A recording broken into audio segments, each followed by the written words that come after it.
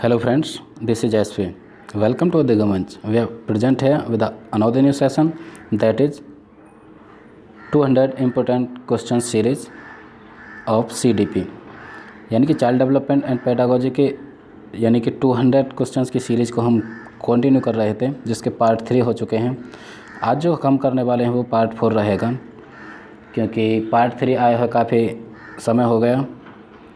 इससे पहले हम CDP का यानी टॉपिक वाइज कंटेंट करा रहे थे, तो अभी तक आपने नहीं देखा जाकर तो आप देख सकते हैं।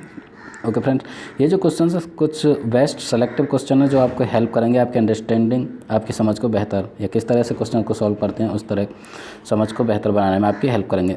तो फ्रेंड्स शुरू करते हैं। ये कुछ क्वेश्चंस, इनको हम पार्ट्स में डिवाइड करके डिस्कस कर रहे हैं। जो डिस्कशन रहेगा वो बिल्कुल डीपली रहेगा, हर क्वेश्चन को बेहतर तरीके से समझाने की हमने कोशिश की है। तो फ्रेंड्स डिस्कस करते हैं यहाँ पे क्वेश्चंस। तो लगभग 10 क्वेश्चंस एक पार्ट में हम डिस्कस करेंगे। इससे पहले 3 पार्ट आ चुके हैं, उसमें हम 50 क्वेश्चन डिस्कस कर चुके हैं। आज जो रहेगा 51, यानी कि आज के लिए पहला क्वेश्चन, और यानी 50 के बाद हम क्वेश्चन डिस्कस करेंगे। जो CDP यानी चाइल्ड डेवलपमेंट एंड पेडागोजी के मोस्ट इंपॉर्टेंट क्वेश्चन जो कि प्रीवियस एग्जाम्स में आए हुए हैं, चाहे वो HTET हो, UP टेट हो, ठीक है, UK टेट हो, राजस्थान टेट हो, CTET हो, सभी में आए हुए क्वेश्चंस हमने सेलेक्ट किए हैं। तो फ्रेंड्स देखते हैं फर्स्ट क्वेश्चन आज के लिए। ठीक है, हम यहाँ तक क्वेश्चन कर चुके हैं, तो आज के लिए जो फर्स्ट क्वेश्चन रहेगा ये रहा आज के लिए फर्स्ट क्वेश्चन। ओके फ्रेंड्स, तो आज के लिए फर्स्ट क्वेश्चन क्या कहता है उसे हम डिस्कस करते हैं। सबसे पहले तो आज के लिए जो फर्स्ट क्वेश्चन है इसे हम फर्स्ट मार्क करते हैं। ये रहा पहला क्वेश्चन, यानी कि वंशानुक्रम के संदर्भ में गलत कथन निम्नलिखित में से कौन सा है। तो फ्रेंड्स जब भी हम हेरिडिटी की बात करते हैं उससे रिलेटेड जो बिल्कुल गलत जो स्टेटमेंट है उसको हम सेलेक्ट करने वाले हैं। ऑप्शन की तरफ चलते हैं। ऑप्शन ए क्या कहता है, वंशानुक्रम बालक का लिंग निर्धारण करता है। तो फ्रेंड्स हमने पढ़ा है, यानी कि ग्रोथ एंड डेवलपमेंट में हमने पढ़ा था, या हेरिडिटी एंड डेवलपमेंट में हमने पढ़ा था, हेरिडिटी एंड एनवायरनमेंट यानी वंशानुक्रम एवं वातावरण का एक टॉपिक कर हमने कराया है, डीपली डिस्कशन किया है। ठीक है, तो उसमें हमने डिस्कस किया कि वंशानुक्रम जो होता है जिस द्वारा पेरेंट्स से बच्चों में आए हैं वो गुण होते हैं, ठीक है, जिनसे उनकी बॉडी स्ट्रक्चर, शारीरिक बनावट, बालों का कलर या और फिजिकल जो गुण होते हैं वो आए हुए होते हैं। तो फ्रेंड्स ऑप्शन ए कहता है कि वंशानुक्रम बालक का लिंग निर्धारण करता है। तो फ्रेंड्स ये बिल्कुल भी नहीं है। लिंग का जो निर्धारण होता है वो वंशानुक्रम से होता है या नहीं होता, ये देखने वाली चीज़ है। और बी पर चलते हैं। यह शारीरिक संगठन में महत्वपूर्ण योगदान देता है। ठीक है फ्रेंड्स, यह जुड़वा बालकों के जन्म में योगदान देता है, या फिर इसमें रुचि, अभिवृत्ति, पसंद, नापसंद तथा मस्तिष्क की संवेदनात्मक भावना समावेशित होती हैं। तो फ्रेंड्स क्वेश्चन क्या कह रहा है, क्वेश्चन कहता है कि वंशानुक्रम के संदर्भ में गलत कथन कौन सा है। ठीक है, गलत कथन को हमें सेलेक्ट करना है। तो फिर दोबारा से देखते हैं, यानी कि वंशानुक्रम बालक का लिंग निर्धारण करता है, तो वंशानुक्रम के द्वारा बालक का लिंग निर्धारण होता है, ये बात बिल्कुल करेक्ट है। एंड सेकंड की तरफ चलते हैं। तो सेकंड कहता है शारीरिक संगठन, अभी हमने बात की बॉडी स्ट्रक्चर का निर्धारण वंशानुक्रम से होता है, ये भी बात बिल्कुल सही है। एंड थर्ड ऑप्शन की तरफ चलते हैं। थर्ड ऑप्शन कहता है ये जुड़वा बच्चों को जन्म में योगदान देता है। तो हमने ट्विंस की बात करी, हम 2 तरह के ट्विंस की बात करते हैं, यानी आइडेंटिकल और फ्रेटर्नल। तो फ्रेंड्स वो भी हमने डिस्कस किया है, यदि आपने नहीं देखा तो आप जाकर देख सकते हैं, यानी कि हेरिडिटी एंड एनवायरनमेंट का एक चैप्टर जो हमने कराया है। तो फ्रेंड्स ऑप्शन सी, ये जुड़वा बच्चा का निर्धारण भी जो होता है वो वंशानुक्रम यानी हेरिडिटी द्वारा होता है। तो फ्रेंड्स ये दोनों ऑप्शन बिल्कुल सही हैं। हम गलत की बात करते हैं तो डी ऑप्शन बिल्कुल गलत होता है, यानी कि वंशानुक्रम के द्वारा रुचि, अभिवृत्ति, पसंद, नापसंद, मस्तिष्क की संवेदनात्मक भावना समावेशित होती हैं, ये बिल्कुल यहाँ से हट जाता है, क्योंकि ये कथन बिल्कुल गलत है। क्योंकि इसका जो संबंध है यानी रुचि, अभिवृत्ति, पसंद, नापसंद या मस्तिष्क की संवेदनात्मक जितनी भी भावना है उनका संबंध यानी कि बाह्य वातावरण से होता है। बच्चे के जन्म के बाद बच्चा बाह्य वातावरण के साथ इंटरेक्शन करता है, उसमें घुलता मिलता है, उसके साथ समायोजन करता है, तब उसमें ये सारी चीज़ पनपती हैं। तो फ्रेंड्स आज के लिए जो क्वेश्चन नंबर 1 है उसका ऑप्शन डी बिल्कुल सही होता है। ठीक है, क्वेश्चन के हिसाब से। अब हम चलते हैं आज के लिए क्वेश्चन नंबर 2। तो फ्रेंड्स यानी कि ये रहा क्वेश्चन नंबर 2 आज के लिए। क्वेश्चन नंबर 2 क्या कहता है उसे देखते हैं। क्वेश्चन नंबर 2 कहता है कि बच्चों के व्यवहार को समझने के लिए विद्यार्थियों के घर के वातावरण का महत्वपूर्ण स्थान है। यदि हम बच्चों के व्यवहार को समझना चाहते हैं तो उसके लिए, ठीक है, घर के वातावरण का महत्वपूर्ण स्थान है तथा इससे प्राप्त सूचना को प्रभावशाली शिक्षा शास्त्र के निर्माण से जोड़ा जा सकता है। यह तत्व अधिगम के किस सिद्धांत से संबद्ध है? तो फ्रेंड्स ये सीटेट 2014 में आया हुआ क्वेश्चन है। इसके ऑप्शन यहाँ पे नहीं है, तो हम, ठीक है, इसका आंसर बताएंगे। यानी कि बच्चों के व्यवहार को समझने के लिए विद्यार्थियों के घर के वातावरण का महत्वपूर्ण स्थान है। यदि हमें बच्चों के व्यवहार को समझना है, उचित तरीके से समझना है, तो सबसे महत्वपूर्ण स्थान उसका घर है तथा इससे प्राप्त सूचना को प्रभावशाली शिक्षा शास्त्र के निर्माण से जोड़ा जा सकता है। यह तथ्य अधिगम के किस सिद्धांत पर आधारित है? तो फ्रेंड्स बच्चा जन्म लेने के बाद सबसे ज़्यादा जो प्रभाव पड़ता है, उसका जो प्रभाव पड़ता है उसके एनवायरनमेंट, उसके वातावरण का पड़ता है। तो फ्रेंड्स ये जो नियम है, ये प्रभाव का नियम है। यहाँ पे इसका जो आंसर होगा वो होगा प्रभाव का नियम, ठीक है। यहाँ हम बात करते हैं यानी प्रभाव का नियम, अभ्यास का नियम, और ठीक है, तो दो नियम है। तो यहाँ पे जो डेवलपमेंट का जो एक नियम है वो काम करेगा। तो इसका जो आंसर रहेगा फ्रेंड्स, इस क्वेश्चन का जो आंसर रहेगा वो रहेगा लॉ ऑफ इफेक्ट, यानी कि प्रभाव का नियम। किस तरह से बच्चे के जीवन पर उसके एनवायरनमेंट, उसके वातावरण का प्रभाव पड़ता है। तो फ्रेंड्स क्वेश्चन नंबर 2 का जो आंसर रहेगा वो रहेगा प्रभाव, यानी कि प्रभाव का नियम, ठीक। तो ऑप्शन में प्रभाव आता है तो प्रभाव का नियम रहेगा। क्वेश्चन इस तरह से कहता है कि बच्चे का किस तरह से उसके एनवायरनमेंट, उसके वातावरण का प्रभाव पड़ता है। तो फ्रेंड्स ये रहा क्वेश्चन नंबर 2। क्वेश्चन नंबर 3 की तरफ चलते हैं। ये रहा क्वेश्चन नंबर 3 आज के लिए। क्वेश्चन नंबर 3 क्या कहता है उस पर डिस्कस करते हैं। यानी कि लड़का पैदा होना या फिर लड़का के पैदा होने के लिए उत्तरदायी क्रोमोसोम्स हैं। तो फ्रेंड्स यानी लड़का और लड़की का पैदा होना किस चीज़ पर डिपेंड करता है? तो फ्रेंड्स ये क्रोमोसोम्स यानी कि गुणसूत्र जो होते हैं उन पर डिपेंड करता है। तो गुणसूत्र जो होते हैं यानी XX और YY। एक चीज़ और मैं बता देना चाहूँगा, उससे पहले ऑप्शन की तरफ देखते हैं, यानी कि XX, XP, XY या CX। तो फ्रेंड्स मैं बता देना चाहूँगा XP कोई क्रोमोसोम्स नहीं होते और CX भी नहीं होते। तो जब भी हम बात करते हैं यानी कि मेल की एंड फीमेल की, तो फ्रेंड्स फीमेल में हमेशा XX क्रोमोसोम्स होते हैं, ठीक है। जोड़े की हम बात करते हैं तो 23 यानी कि 23 क्रोमोसोम्स होते हैं, और टोटल की बात करें तो 46 क्रोमोसोम्स होते हैं, ठीक है। तो जिनमें एक क्रोमोसोम्स होता है, यानी कि ऐसे हम बात करें 22 + 1 जो 23वां क्रोमोसोम्स होता है उसे हम सेक्स क्रोमोसोम्स कहते हैं, जिससे बच्चे के, ठीक है, लिंग का निर्धारण होता है या फिर बच्चे के लड़की लड़का होने का निर्धारण होता है। तो ये रही एक बात फ्रेंड्स। अब हम बात करते हैं यानी कि मेल और फीमेल की हम बात कर रहे हैं। तो मेल यानी कि फ़ीमेल में XX क्रोमोसोम्स होते हैं एंड मेल में XY होते हैं, ठीक है। मेल में कौन से होते हैं? XY।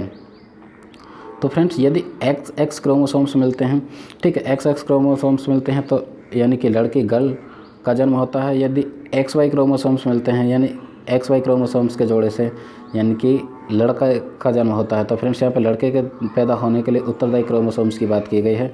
तो लड़के के लिए उत्तरदायी है, यानी लड़का यदि पैदा होता है तो उसके लिए जो उत्तरदायी क्रोमोसोम्स है वो XY है। फ्रेंड्स सिर्फ XX और XY ये दो जोड़े क्रोमोसोम्स के होते हैं। यहाँ पे जैसे दे रखा ऑप्शन बी में XP या CX ऐसे कोई भी क्रोमोसोम्स नहीं होते, दो ही क्रोमोसोम्स होते हैं XY, ठीक है। जब भी XX का जोड़ा बनने, ठीक है, जाइगोट का निर्माण हो XX से तो वहाँ पे लड़की पैदा होती है, और XY बने तो वहाँ पे लड़का पैदा होता है। तो फ्रेंड्स क्वेश्चन नंबर 3 के लिए जो ऑप्शन होता है C बिल्कुल करेक्ट होता है। नेक्स्ट क्वेश्चन पर चलते हैं आज के लिए। Question number 4। क्वेश्चन नंबर 4 क्या कहता है उसे देखते हैं आज के लिए। क्वेश्चन नंबर 4 ये रहा। क्वेश्चन नंबर 4 कहता है कि मानव व्यक्तित्व परिणाम है, जो मानव का व्यक्तित्व है यानी पर्सनैलिटी है वो किस का रिजल्ट है? केवल आनुवंशिकता का? फ्रेंड्स सिर्फ आनुवंशिकता यानी हेरिडिटी से निर्धारण नहीं होता, ठीक है। उसके बाद पालन पोषण और शिक्षा का, पालन पोषण और शिक्षा से भी निर्धारण नहीं होता। बात करें सी की, सी ऑप्शन यानी आनुवंशिकता और वातावरण की अंतःक्रिया का, इसे भी देखते हैं, ठीक है। इसके बाद केवल वातावरण का, तो फ्रेंड्स केवल वातावरण का भी नहीं होता। जब भी हम प्रिंसिपल्स ऑफ डेवलपमेंट पढ़ते हैं, ठीक है, यानी कि विकास के सिद्धांत पढ़ते हैं, तो उसमें बात कही गई है कि हमारा जो डेवलपमेंट है D इज इक्वल टू यानी कि इन्वायरमेंट एंड हेरिडिटी। तो दोनों की जो अंतःक्रिया है, दोनों का जो गुणनफल है, उससे डेवलपमेंट या किसी भी व्यक्ति के व्यक्तित्व का जो निर्धारण होता है दोनों की अंतःक्रिया के होता है। दोनों इक्वली इम्पोर्टेंट हैं। सिर्फ ये कह दे कि इन्वायरमेंट से यानी कि वातावरण से, या फिर ये कह दे कि हेरिडिटी यानी वंशानुक्रम से किसी भी मानव का व्यक्तित्व निर्धारण होता है, तो बिल्कुल ऐसा कहना गलत है। तो फ्रेंड्स यहाँ पे जो ऑप्शन बिल्कुल सही होता है, तो ऑप्शन सही होता है यानी सी, आनुवंशिकता और वातावरण की अंतःक्रिया यानी कि अननोन क्रिया।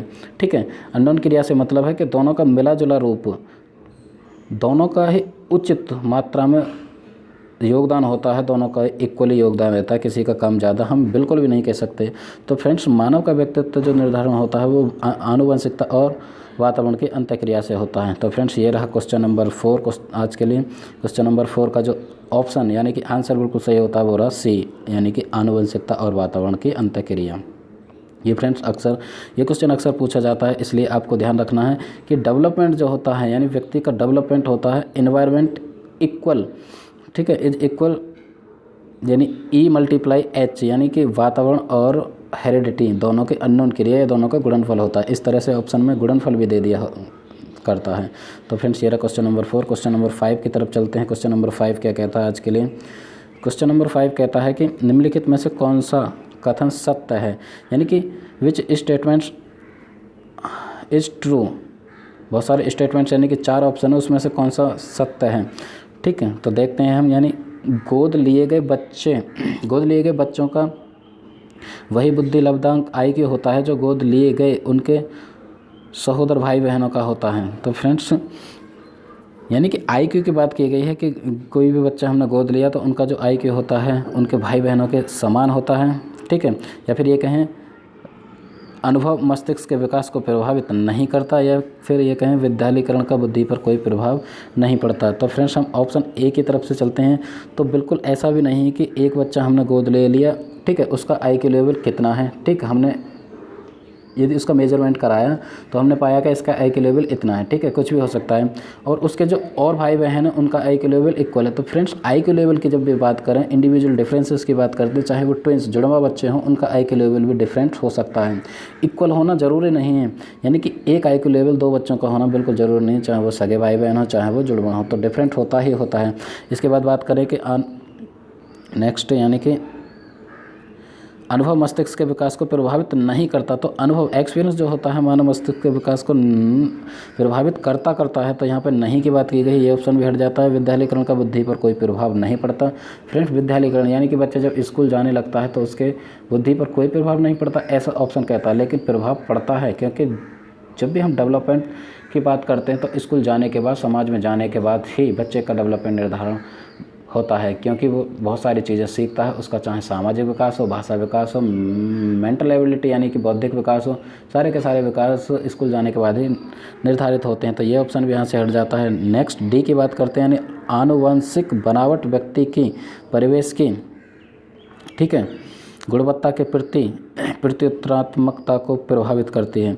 तो फ्रेंड्स यहाँ पे जो आनुवंशिकता है यानी कि हेरिडिटी है व्यक्ति की, किसी भी व्यक्ति की शारीरिक बनावट उसके परिवेश की गुणवत्ता के प्रति किस तरह से वो प्रत्युत्तरात्मकता को प्रभावित करता है, ये चीज़ डिपेंड करती है। तो फ्रेंड्स क्वेश्चन नंबर यानी कि 5 के लिए डी बिल्कुल सही ऑप्शन होता है। ये आज के लिए क्वेश्चन नंबर 5। क्वेश्चन नंबर 6 पर चलते हैं। क्वेश्चन नंबर 6 क्या कहता है? फ्रेंड्स ये जो क्वेश्चन है सेलेक्टिव क्वेश्चन हैं, ये आपके लिए यानी CDP की में अंडरस्टैंडिंग बनाने के लिए, यानी मनोविज्ञान के जो क्वेश्चन हैं काफ़ी इंपॉर्टेंट हैं। इनको यदि आप करते हैं, इनको एक बार देख लेते हैं तो आपकी अंडरस्टैंडिंग बेहतर बनेगी। और इसी तरह के क्वेश्चन पूछे गए हैं प्रीवियस ईयर में और इसी तरह से पूछे भी जाते हैं। तो फ्रेंड्स आप यदि प्रिपरेशन कर रहे हैं, चाहे वो CTET हो, UP TET हो या किसी भी टीचिंग एग्जाम की, तो फ्रेंड्स हमारे चैनल अधिगम मंच पर जाकर जरूर से देखिए, क्योंकि इससे पहले हम CDP के जो 200 क्वेश्चन की सीरीज़ है उसके 3 पार्ट कर चुके हैं, ये 4th पार्ट है, और धीरे धीरे हम 200 क्वेश्चंस को कंप्लीट कर लेंगे, चाहे कितने भी पार्ट हों। ठीक है ना, हमारा जो टारगेट है यानी कि 5 जुलाई को जो CTET होने वाला है उससे पहले ये हम सीरीज़ कर लेंगे। इसके साथ साथ हम कॉन्टेंट बेस्ड या फिर कहीं टॉपिक बेस्ड जो CDP की क्लासेस हैं वो कर रहे हैं। इसके साथ साथ EVS पेडागोजी के क्वेश्चंस कर रहे हैं, और हम एक सीरीज़ यानी इंग्लिश पेडागोजी के भी कुछ क्वेश्चंस करेंगे। यानी EVS NCERT बेस्ड यदि नोट्स की बात करें तो वो भी कर चुके हैं, तो आप अधिगम मंच पर जाकर देख सकते हैं फ्रेंड्स। तो आज के लिए यह क्वेश्चन नंबर 6। क्वेश्चन नंबर 6 क्या कहता है? वंशानुक्रम तथा वातावरण के संबंध को व्यक्ति की वृद्धि पर प्रभाव निम्न में से एक के अनुसार होता है। जब भी हम बात करते हैं यानी कि वंशानुक्रम, ठीक, यानी हेरिडिटी और वातावरण, कि व्यक्ति की वृद्धि पर किस तरह से प्रभाव पड़ता है, किसके अनुसार पड़ता है, वो ऑप्शन की तरफ देखते हैं।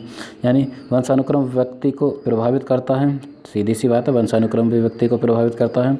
वातावरण व्यक्ति को प्रभावित करता है, हाँ जी ये भी करता है, ठीक है। दोनों अलग अलग नहीं करते, एक साथ करते हैं। या फिर ये कहें वंशानुक्रम प्लस वातावरण व्यक्ति को प्रभावित करता है, ठीक है, करता है, ठीक है, दोनों करते हैं। लेकिन बेस्ट ऑप्शन की तरफ जाएंगे, यानी वंशानुक्रम गुणा वातावरण व्यक्ति को प्रभावित करता है। अभी हमने बात की कि व्यक्ति का डेवलपमेंट निर्धारित होता है यानी वंशानुक्रम और वातावरण के गुणनफल से। तो फ्रेंड्स ये जो क्वेश्चन है ये इसका ऑप्शन बिल्कुल डी करेक्ट रहेगा। अभी हमने जो बात की थी यानी डी इज इक्वल टू यानी कि हेरिडिटी मल्टीप्लाई एनवायरनमेंट। तो किसी भी व्यक्ति का, किसी भी बच्चे का जो डेवलपमेंट, जो विकास निर्धारित होता है वो दोनों के गुणनफल को हम कहते हैं, या कि वंशानुक्रम और हेरिडिटी के हम वंशानुक्रम और वातावरण के गुणनफल को कहते हैं। तो क्वेश्चन नंबर 6 के लिए डी ऑप्शन बिल्कुल करेक्ट रहेगा, ठीक है। चाहे प्लस की बात हो, चाहे अलग अलग एक एक की बात हो, तो फ्रेंड्स उस ऑप्शन की तरफ नहीं जाएंगे। करता तो है वंशानुक्रम अकेला प्रभावित, लेकिन दोनों का यदि गुणनफल की बात करते हैं तो दोनों का गुणात्मक योग है, गुणात्मक क्रिया है, यानी अन्योन क्रिया है जो जिससे डेवलपमेंट निर्धारित होता है। तो फ्रेंड्स ये रहा क्वेश्चन नंबर 6। क्वेश्चन नंबर 7 पर चलते हैं। क्वेश्चन नंबर 7 क्या कहता है आज के लिए, ठीक है। क्वेश्चन नंबर 7 कहता है कि संज्ञानात्मक विकास में वंशानुक्रम निर्धारित करता है। जब भी हम कॉग्निटिव डेवलपमेंट की बात करते हैं तो कॉग्निटिव डेवलपमेंट में हेरिडिटी कितना इंपॉर्टेंट रोल अदा करती है उसके बारे में है इस क्वेश्चन में पूछा गया है कि यानी कि संज्ञानात्मक विकास में वंशानुक्रम निर्धारित करता है। वंशानुक्रम क्या निर्धारित करता है, यानी मस्तिष्क जैसी शारीरिक संरचना के मूलभूत स्वभाव को, या फिर शारीरिक संरचना के विकास को, या फिर सहज प्रतिवर्ती क्रियाओं के अस्तित्व को, या फिर डी ऑप्शन दिखाई नहीं दे रहा फ्रेंड्स, यहीं से देखते हैं हम। तो संज्ञानात्मक विकास में वंशानुक्रम का क्या रोल होता है, तो मस्तिष्क जैसे शारीरिक संरचना के मूलभूत स्वभाव को या शारीरिक रचना के स्वभाव को। तो फ्रेंड्स कॉग्निटिव डेवलपमेंट की बात करें तो उसमें जो वंशानुक्रम निर्धारित करता है वो फिजिकल डेवलपमेंट की तो यहाँ पे बात होने रही, क्योंकि जो कॉग्निटिव डेवलपमेंट है वो फिजिकल निर्धारित नहीं करता, उसका संबंध मस्तिष्क से है। तो मस्तिष्क की तरफ चलेंगे। या सहज प्रतिवर्ती क्रिया, तो सहज जो प्रतिवर्ती क्रिया उनको भी नहीं होता। फ्रेंड्स यहाँ पर जो चलेंगे हम, यानी कि कॉग्निटिव डेवलपमेंट की जब भी हम बात करते हैं, संज्ञानात्मक विकास की बात करते हैं, तो संज्ञान का संबंध हमारा सीधा का सीधा ब्रेन से है, मस्तिष्क से है। तो मस्तिष्क के ऑप्शन पर जाएंगे, यानी मस्तिष्क जैसी शारीरिक संरचना के मूलभूत स्वभाव को निर्धारित करता है, यानी कि उस पे इम्पोर्टेंट रोल अदा करता है। तो क्वेश्चन नंबर 7 के लिए जो ऑप्शन रहेगा, ऑप्शन नंबर ए बिल्कुल करेक्ट रहेगा, ठीक है। तो ये रहा ऑप्शन नंबर, यानी क्वेश्चन नंबर 7 के बाद क्वेश्चन नंबर 8, ठीक है। क्वेश्चन नंबर 8 क्या कहता है फ्रेंड्स, क्वेश्चन नंबर 8 कहता है कि सामान्य पुरुष में XY गुणसूत्र होते हैं, ठीक है। सामान्य जो पुरुष होता है, अभी हमने डिस्कस किया था कि मेल में XY क्रोमोसोम्स यानी गुणसूत्र होते हैं, जबकि सामान्य महिला में क्या होते हैं। तो फ्रेंड्स अभी हम डिस्कस कर चुके हैं, जो सामान्य महिला होती है XX क्रोमोसोम्स होते हैं, ठीक है। क्रोमोसोम्स के सिर्फ 2 ही जोड़े होते हैं, अभी हमने बताया, यानी फीमेल में XX होते हैं, ठीक, एंड मेल यानी कि पुरुष में XY होते हैं। तो यहाँ पे XY मेल के दे रखे हैं, फीमेल के पूछा है तो XX क्रोमोसोम्स हो गए। बाकी ऑप्शन पर जाने की ज़रूरत ही नहीं है, यानी कि ट्रिपल यानी XY गुणसूत्र की बात की, ये ऑप्शन बिल्कुल हट जाता है यहाँ से ये ऐसा कतई नहीं होता, 3 जोड़े नहीं होते, यहाँ से हट जाता है, और अकेला भी जोड़ा नहीं होता। तो XX जो क्रोमोसोम्स होते हैं वो महिला में पाए जाते हैं। इसके बाद क्वेश्चन नंबर 9 पर चलते हैं। क्वेश्चन नंबर 9 क्या कहता है, क्वेश्चन नंबर 9 ये रहा आज के लिए, ठीक है। क्वेश्चन नंबर 9 कहता है कि वह अवस्था जो कि माता के 21वें गुण जोड़े के अलग न हो पाने के कारण होती है कहलाती है फ्रेंड्स। हाँ, तो वो कौन सी अवस्था होती है, हमने जो बात की कि जो क्रोमोसोम्स की संख्या होती है, जोड़ों की यदि हम बात करते हैं तो, ठीक है, यानी कि 23 जोड़े होते हैं, ठीक है, 23 जोड़े पाए जाते हैं। यदि हम टोटल की बात करें तो 46 क्रोमोसोम्स यानी कि गुणसूत्र होते हैं, चाहे वो महिला हो चाहे वो पुरुष हो, ठीक है। जोड़े की यदि हम बात करते हैं तो 23 जोड़े होते हैं। यहाँ पे पूछा गया है कि वह अवस्था जो कि माता के 21वें गुणसूत्र जोड़े के अलग न हो पाने के कारण, जो 21वां गुणसूत्र होता है वो अलग होता है किसी भी महिला में, लेकिन अलग यदि वो नहीं है तो उसके कारण कौन सी एक बीमारी, कौन सी एक डिजीज़ या कौन सी एक प्रॉब्लम होती है, तो फ्रेंड्स उसे हम क्या कहते हैं, डाउन सिंड्रोम या क्लिनफेल्टर सिंड्रोम या फिर टर्नर सिंड्रोम या फिर विल्सन सिंड्रोम। तो फ्रेंड्स ये याद रखना इंपॉर्टेंट क्वेश्चन है, पूछा गया है और कई बार पूछा जाता है, सीटेट में भी पूछा जाता है। ठीक है, ये यहाँ पे यूपी टेट से सेलेक्ट किया है, लेकिन सीटेट में भी पूछा गया है कि 21 में जो गुणसूत्र उसके अलग न होने के कारण जो होता है, जो बीमारी है या फिर जो प्रॉब्लम है, उसे हम कहते हैं, उसे हम डाउन सिंड्रोम कहते हैं। तो फ्रेंड्स क्रोमोसोम से संबंधित जो 21वें जोड़े अलग ना होता नहीं होता, उसके कारण जो होता है वो बीमारी है या प्रॉब्लम है, उसे हम डाउन सिंड्रोम कहते हैं। और नेक्स्ट अलग चलते हैं तो फ्रेंड्स ये क्लीनफेल्टर सिंड्रोम का क्रोमोसोम से कोई संबंध नहीं है, टर्नर सिंड्रोम से कोई संबंध नहीं है, विल्सन सिंड्रोम से कोई संबंध नहीं है। तो क्वेश्चन नंबर 9 के लिए जो ऑप्शन सही होता है बिल्कुल करेक्ट होता है ए, यानी कि डाउन सिंड्रोम। फ्रेंड्स याद रखना, क्योंकि 23 जोड़ों की हमने बात की, ठीक है, 23 जोड़े होते हैं, तो 21वां जो जोड़ा होता है यानी 21 वो अलग होता है। ठीक है, अलग ना हो, वो अलग होना ही चाहिए, यदि नहीं होता तो महिला के अंदर डाउन सिंड्रोम जैसी एक प्रॉब्लम उत्पन्न होने लगती है। ओके फ्रेंड्स, ये ऑप्शन ए बिल्कुल करेक्ट होता है क्वेश्चन नंबर 9 के लिए। क्वेश्चन नंबर 10 पर चलते हैं। क्वेश्चन नंबर 10 क्या कहता है आज के लिए? क्वेश्चन नंबर 10 कहता है कि सामान्य संयुक्त कोशिका में गुणसूत्रों के जोड़े होते हैं। फ्रेंड्स अभी हम लगभग 3 से 4 क्वेश्चन में ये चीज़ हर बार डिस्कस करते आए हैं, या हमने ये डिस्कस किया हुआ है, यानी कि हमने जो टॉपिक वाइज एक चैप्टर किया है CDP का, यानी कि चाइल्ड डेवलपमेंट एंड पेडागोजी का। ठीक है फ्रेंड्स, यानी कि इन्वायरमेंट एंड हेरिडिटी, वातावरण और आनुवांशिकता यानी वंशानुक्रम का एक चैप्टर किया है, डीपली डिस्कस किया है। उसको आप नहीं देखा तो आप जाकर देख सकते हैं, और भी बहुत सारे इंक्लूडेड चीज़ें आपको देखने को मिलेंगे, बहुत बेहतर तरीके से आपको समझ आएगा फ्रेंड्स। लेकिन यहाँ पे हम बात करते हैं यानी सामान्य जो संयुक्त कोशिका में गुणसूत्रों के जोड़े होते हैं वो कितने होते हैं, या एक मानव में, यहाँ पे लैंग्वेज को घुमा कर पूछ सकता है। यहाँ पे संयुक्त कोशिका पूछा है कि, या फिर मेल फीमेल पुरुष, इस तरह से पूछ सकता है। तो जोड़ों की संख्या कितनी होती है? तो फिर टोटल की बात करते हैं तो 46 क्रोमोसोम 46 गुणसूत्र होते हैं एक मेल और एक फीमेल में। यदि हम यानी पेयर की बात करें तो 23 होते हैं, 23 पेयर होते हैं, तभी तो 46 होंगे। तो फ्रेंड्स यानी कि 22 नहीं होते, 24 नहीं होते, या 25 नहीं होते, 25 भी पूछा गया तो इनमें से कोई नहीं, ये भी ऑप्शन हट जाता है। तो जब भी हम बात करते हैं यानी कि गुणसूत्रों के जोड़ों की, तो गुणसूत्रों के जो जोड़े होते हैं यानी पेयर ऑफ क्रोमोसोम्स 23 होते हैं। ठीक है फ्रेंड्स, तो ये रहा ऑप्शन नंबर 10। क्वेश्चन नंबर 10 यहाँ पे डिस्कस हो चुका है फ्रेंड्स। तो ठीक है, लगभग 20 मिनट हो चुके हैं फ्रेंड्स।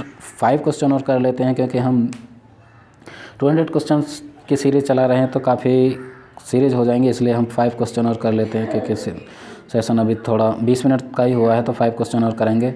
ये रहा आज के लिए 11वां क्वेश्चन, यानी कि 11वां क्वेश्चन क्या कहता है, 11वें क्वेश्चन को और देख लेते हैं। 11वां क्वेश्चन कहता है कि इनमें से किन का नाम सृजन शास्त्र के पिता से जुड़ा हुआ है, यानी कि who is the father of creativity, यानी कि क्रिएटिविटी का फादर किसे माना जाता है, या क्रिएटिविटी की खोज किसने की, या ये जो संप्रत है, ठीक है, क्रिएटिविटी का वो किसने दिया है, या सृजनशीलता के पिता किसे कहा जाता है। ठीक है फ्रेंड्स, क्रो को, या गॉल्टन को, या रॉस को, या वुडवर्थ को। तो फ्रेंड्स जब भी हम क्रिएटिविटी यानी सृजन शास्त्र की बात करते हैं, सृजनशील, ये याद रखना, यानी क्रिएटिविटी के फादर ऑफ क्रिएटिविटी गाल्टन को बताया जाता है। ठीक है, सर फ्रांसिस गाल्टन, इन्होंने सर्वप्रथम जो संप्रत्यय दिया था, यानी कि सृजनात्मकता का सर्वप्रथम जो बात की थी क्रिएटिविटी की, गाल्टन ने की थी। ठीक है, वही गाल्टन जिन्होंने बुद्धि की बात की थी, यानी ठीक है इंटेलिजेंस की सर्वप्रथम इन्होंने ये बात की थी। तो फ्रेंड्स यानी कि क्रिएटिविटी का जो फादर ऑफ क्रिएटिविटी यानी सृजनशीलता या सृजन शास्त्र के जो पिता कहा जाता है वो गाल्टन को कहा जाता है। ओके फ्रेंड्स, ये रहा क्वेश्चन नंबर 11। क्वेश्चन नंबर 12 पर चलते हैं। क्वेश्चन नंबर 12 क्या कहता है? तो क्वेश्चन नंबर 12 यह रहा। क्वेश्चन नंबर 12 कहता है सूझ द्वारा सीखने के सिद्धांत का प्रतिपादन किए। ठीक है फ्रेंड्स, जो लर्निंग थ्योरीज की हैं फ्रेंड्स, हमने ये भी लर्निंग थ्योरी यानी 4 लर्निंग थ्योरी वो हम कर चुके हैं। हम बात करें थॉर्नडाइक की, स्किनर की, पावलोव की एंड ठीक है, इसके साथ साथ एक और यानी कि लास्ट वाला कोहलर, यानी 4 लर्निंग थ्योरी हैं वो हम कर चुके हैं 1 बाय 1 एक एक करके। यदि अभी तक आपने नहीं देखी तो आप जाके देख सकते हैं। यहाँ पे सूच का यानी इंसाइटफुल लर्निंग की बात की गई है। जो थ्योरी है वो किसने दी है, यानी सूच के सिद्धांत जिसे अंतर्दृष्टि सिद्धांत या इंसाइटफुल लर्निंग कहते हैं, जो कि कोहलर ने दी है फ्रेंड्स। इसमें बनमानुस यानी चिंपैंजी, जो सुल्तान नाम का चिंपैंजी है, इन्होंने उस पर अपना एक्सपेरिमेंट किया था, उसके आधार पर एक लर्निंग थ्योरी दी है उन्होंने। ऐसा सूझ द्वारा सीखना या सूझ अंतर्दृष्टि का सिद्धांत या इंसाइटफुल लर्निंग का नाम दिया है।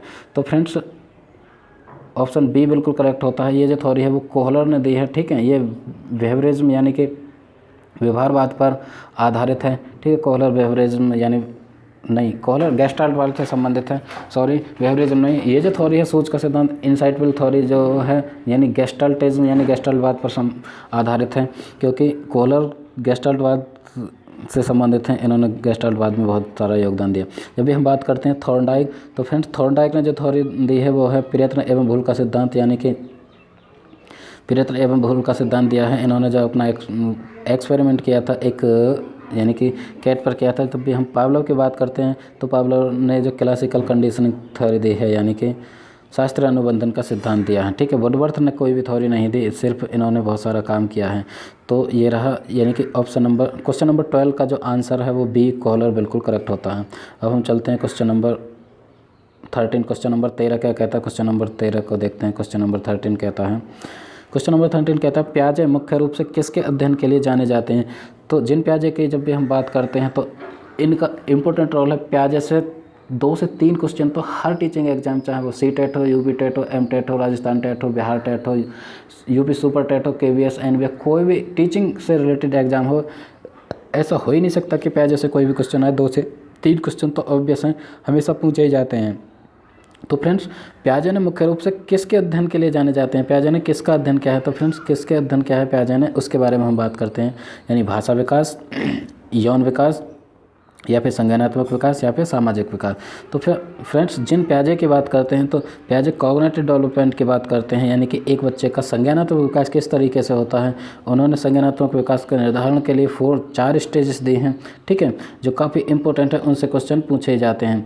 यदि हम फर्स्ट की बात करें फ्रेंड्स, यदि फर्स्ट स्टेज की बात करें तो वो सेंसरी मोटर स्टेज है। सेंसरी मोटर के बात करें तो यानी सेकंड प्री ऑपरेशनल स्टेज, इसके बाद concrete operational stage and then यानी फॉर्मल ऑपरेशनल स्टेज, यानी कि 4 स्टेज इसके बाद ये बात करते हैं। यानी जन्म से लेकर यानी कि 17 से 18 साल तक के स्टेज की ये बात करते हैं। तो संज्ञान किस तरह से बच्चे में संज्ञानात्मक कॉग्निटिव डेवलपमेंट होता है, ये 4 स्टेज इसमें बात करते हैं, ठीक है। प्याजे ने माना है कि बच्चे का जो डेवलपमेंट है वो डिसकॉन्टीन्यूस होता है, यानी स्टेजेस में चलता है, ठीक है। यदि आपको इस तरह का कोई भी ग्राफ दिखाई देता है, यानी 4 स्टेजेस इस तरह से दिखाई देते हैं, ठीक है, तो आप समझ सकते हैं जब भी डेवलपमेंट और कॉग्निटिव डेवलपमेंट की बात हो और इस तरह का एक ग्राफ दिखाई दे तो आप समझ सकते हैं कि ये प्याजे का कॉग्निटिव डेवलपमेंट है। इन्होंने जो बात की है यानी कि 4 स्टेजेस की बात की, 4 अवस्थाओं की बात की है, जिसमें फर्स्ट यानी सेंसरी मोटर स्टेज, ठीक है, प्री ऑपरेशनल स्टेज या concrete operational stage and then formal operational stage, 4 stages की बात करते हैं। यानी डिसकॉन्टीन्यूस जो डेवलपमेंट होता है डिसकॉन्टीन्यूस होता है, स्टेजेस में होता है, स्टेजेस के अकॉर्डिंग। और स्टेजेस यानी कि एज बच्चे के उम्र पर निर्धारित होते हैं कि किस एज में कौन सी स्टेज आती है और उसके अकॉर्डिंग डेवलपमेंट होता है। इसके अगेंस्ट यानी कि दूसरी तरह से हम देखें तो बायगोत्स्की या और बहुत सारे साइकोलॉजिस्ट हैं, वो अलग अलग तरह से मानते हैं, वो अलग अलग तरह से कहते हैं कि बच्चे का डेवलपमेंट डिसकंटिन्यूस ना होकर कॉन्टीन्यूस होता है, ठीक है। तो फ्रेंड्स ये रही एक बात यहाँ पे ठीक। हमने प्याजे के यानी कॉग्निटिव डेवलपमेंट 2 वीडियो कर चुके हैं हम, प्याजे से संबंधित 2 सेशन किए हैं। यदि अभी तक आपने नहीं देखे तो आप जाकर देख सकते हैं, यानी कि CDP का जो फुल कोर्स है, ठीक, उसमें आप जाके देख सकते हैं। यानी प्याजे से संबंधित कॉग्निटिव डेवलपमेंट से संबंधित 4 स्टेजेस को डीपली। यहाँ पे हम क्वेश्चन डिस्कस कर रहे हैं तो सिर्फ इस तरह से इतना ही डिस्कस कर पाएंगे, ठीक है। तो ये रहा आज के लिए 13th क्वेश्चन। 14th पर चलते हैं, यानी 14वां क्वेश्चन आज के लिए। ये रहा 14वां क्वेश्चन। क्वेश्चन नंबर 14 क्या कहता है देखते हैं। क्वेश्चन नंबर 14 कहता है कि क्रिया प्रसूत अनुकूलन सिद्धांत का प्रतिपादन किसने किया। यानी क्रिया प्रसूत यानी ऑपरेंट कंडीशनिंग जो लर्निंग थ्योरी है वो किसने दी है फ्रेंड्स, पावलोव, स्किनर, थॉर्नडाइक या कोहलर। तो फ्रेंड्स